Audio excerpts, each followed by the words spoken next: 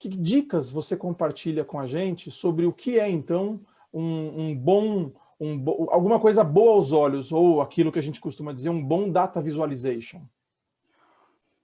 Primeiro ponto, que eu acho que é o mais importante, né? Os dados, eles têm uma história para contar. Olha, E você tem que se basear nessas histórias, em histórias, para contar esses dados da melhor forma, né? Então, o primeiro ponto é entender o público-alvo, né? Quem que vai estar lendo isso?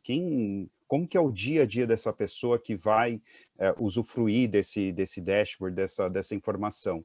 Porque, às vezes, um gráfico bonito não é o que vai resolver o problema dele do dia a dia. você falou duas coisas bacanas aqui, três, eu diria, na verdade. A primeira é, os dados têm uma história para contar, acho que esse é um grande residual.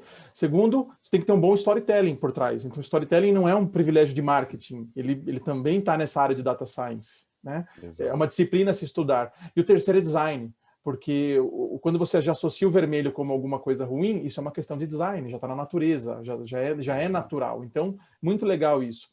Você tem 10 anos na área, como você falou. Então, teve algum dashboard que você fez, por exemplo, que não serviu para nada, ou algum erro que você cometeu? Você pode dividir com a gente, né? Acho que o principal ponto, você não se colocar no lugar da pessoa que tem que analisar isso todo dia. É empatia. Exato. Você tem que gerar uma ferramenta que vai ser agradável e entender como a pessoa vai usar essa ferramenta, né? Porque imagine que você tem que entrar num dashboard e para você analisar a informação que você precisa fazer uns 50 filtros,